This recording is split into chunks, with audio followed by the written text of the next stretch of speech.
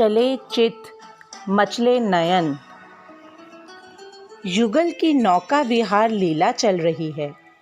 सखियों ने इसे और सुंदर व रसमय बनाने हेतु एक प्रतियोगिता का आयोजन किया है। इस मोर आकार नौका का एक छोर पर तो कुंवरीजू व एक छोर पर लालजू को बिठाया है। एक बहुत लंबी सी पुष्पमाल का एक सिरा रसशेखर के हाथ में है। दोनों को करना क्या है, बस इसमें से एक एक पुष्प निकालते जाना है। इससे दोनों परस्पर निकट होते जाएंगे और जो पहले अधिक निकट आएगा उसी की विजय मानी जाएगी। हारने वाले को जीतने वाले की एक शर्त माननी पड़ेगी। बस प्रतियोगिता प्रारंभ हुई, किंतु दोनों तो एक दूसरे के नैनों में ही डूबे हुए हैं। इसी से बड़ी धीरे धीरे पुष्प निकाल रहे हैं।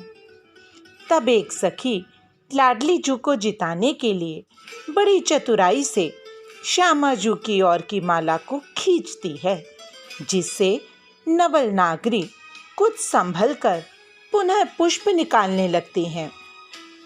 कुंवर लाडले तो वैसे ही बैठे हैं, मुश्किल से 2-4 पुष्प निकाल पाए हैं, और रसिकनी प्रियाजू वो तो कुसुमों को निकालते निकालते इनके बिल्कुल समीप आ गई। किंतु नैनों में इतने निकट डूबे युगल अब तो बिल्कुल जड़ ही हो गए हैं। कौन जीता कौन हारा कोई नहीं जानना चाहता। सब बस यूं ही दोनों के डूबे रहने की आकांक्षा सजो रही हैं।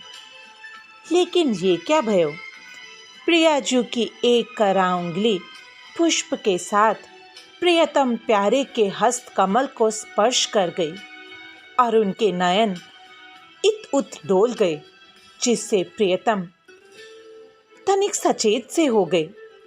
नटखट नागर के हाथन मां एको सुर्ख कछु अधिक की खिलो गुलाब आ गयो। जासो लालजू अपनी प्राण वल्लभा के कपोलन अधरन को गुदगुदाई रहो, या ऐसा कहूँ लीजो कि मनोहार किए रहो। लाडली जू नेक नैनन मां और निहार ले दो ना।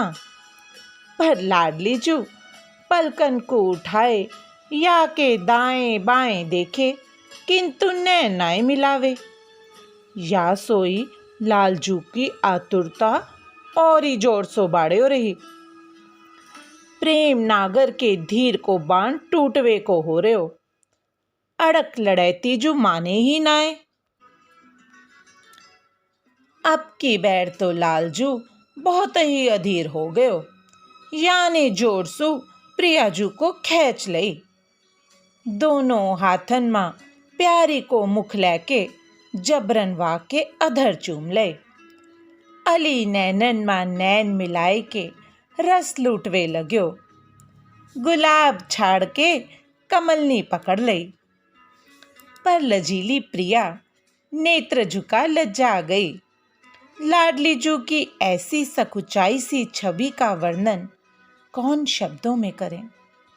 सब आभूषणों को मात देता इनका ये लज्जा रूपी आभूषण, हाँ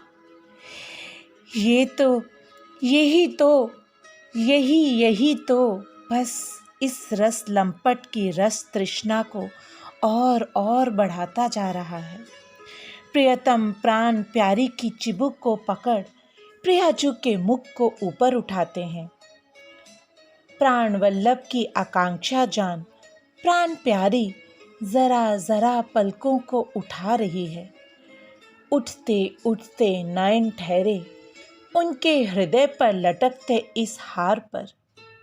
अरे हृदय नागर के इस सुनील वक्ष प्रांत को ही देख ये पुनः दुनी लाज से सजकर और तीव्रता से पलकें गिरा लेती हैं।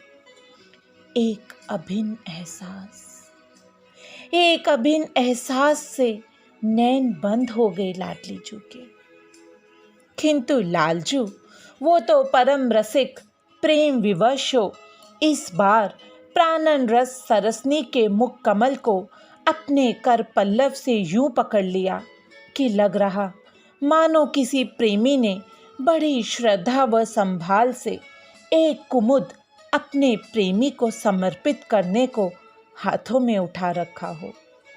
एक बार फिर लाडली जू ने नयन उठाए और इस बार मिल ही गए तृषा व रस समुद्र को समेटे ये दोनों नयन। दोनों की नासिकाएं परस्पर एक दूसरे को स्पर्श कर रही हैं और नेत्रों से लाल लाडली व लाडली लाल में समा रही हैं, अपलक निहार रहे हैं। आज की लीला का पहला प्रश्न, आप सखी स्वरूप में प्रिया प्रियतम को निकट लाने के लिए क्या कौतुक रचते? कोई एक सुंदर सा कौतुक बताएं।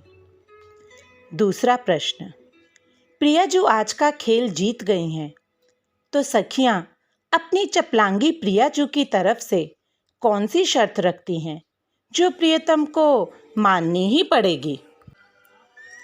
तीसरा प्रश्न, किशोरीजू कुंवर किशोर के वक्षस्थल पर लटकते हार को देख क्या स्मरण कर लज्जा जाती हैं?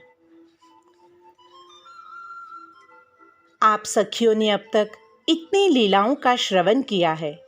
आज के सब प्रश्न आपके हृदय में कितना अनुराग और प्रेम उत्पन्न हुआ है उसका इजहार करेंगे। सब अपने उत्तर बहुत प्रेम भरे हृदय से देना।